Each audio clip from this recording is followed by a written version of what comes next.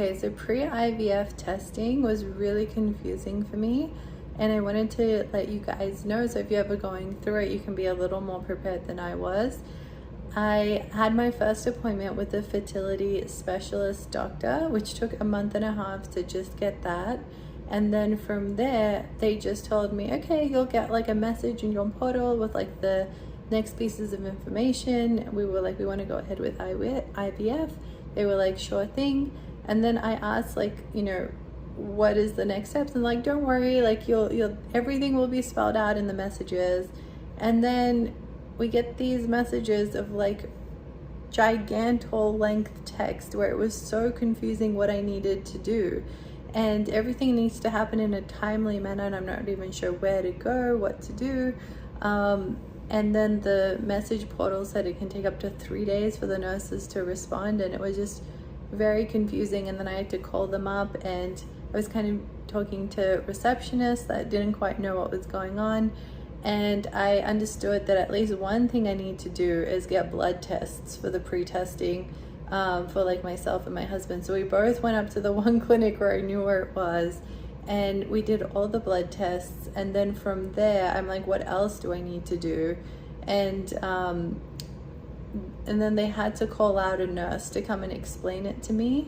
And thankfully, I'm really grateful to that nurse because she explained the steps much more clearly. And I really wish that that was explained to me in the fertility clinic appointment, because the next thing I saw on my portal is that for 4 months, I'm not having another meeting with my specialist doctor until like September 30th, and we were like in May. And that was just so confusing to me, because I'm like, don't we need to see the doctor again? Like, we barely addressed anything. Anyways, so the nurse explained to me that, hey, look, it's great you've done your blood tests, but some of the blood tests need to be done on specific days of your period. So you need to go get period-inducing medication from the pharmacy, and then on day 2 to 5 of your period, you need to come and do your blood tests.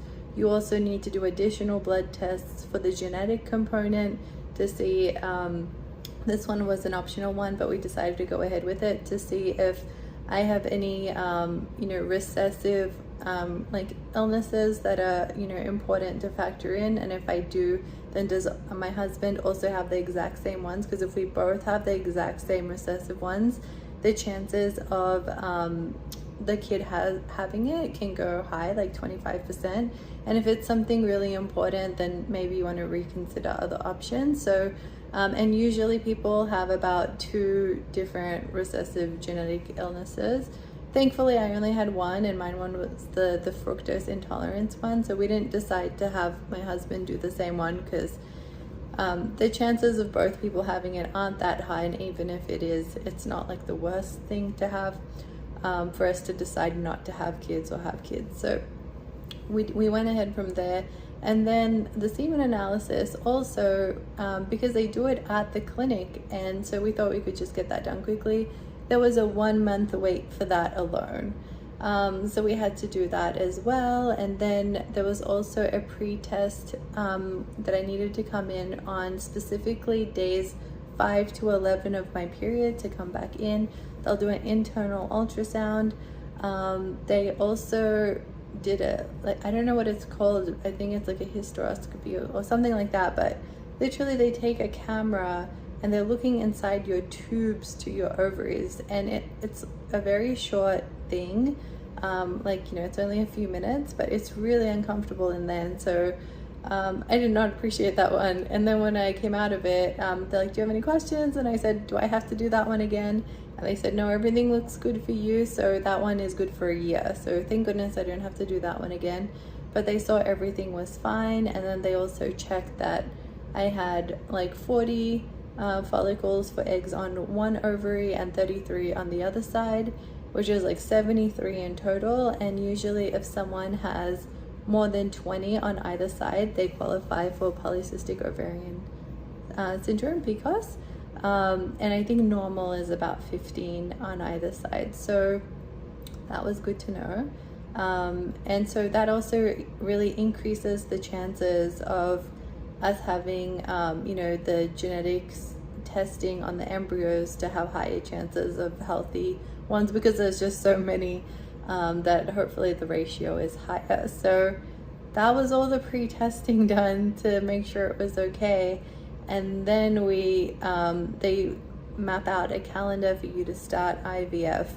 So yeah, we started this process of that first appointment in May 6th, and it was a month and a half before that I even scheduled that fertility appointment. And now we're on July 4th. Happy July 4th, everyone. So please, if you guys are considering fertility treatment, don't wait, because it just takes so long. And if I had just missed any one of these like processes, it would have like delayed like one whole period cycle, or 1 month and 1 month and 1 month, and then it can just drag out so long because you may not be informed properly on what you need to do. So hopefully this video will help. Hopefully it'll encourage you to ask questions, because these things are really timely and you want to get it right, and sometimes it can feel confusing, but you're not alone. You can figure it out. Sometimes I feel like you need a PhD to just even go through the IVF process and have a kid, but like hopefully it's worth it. I'm sure it will be. And yeah, I hope it's a good experience for you guys wherever you do it as well.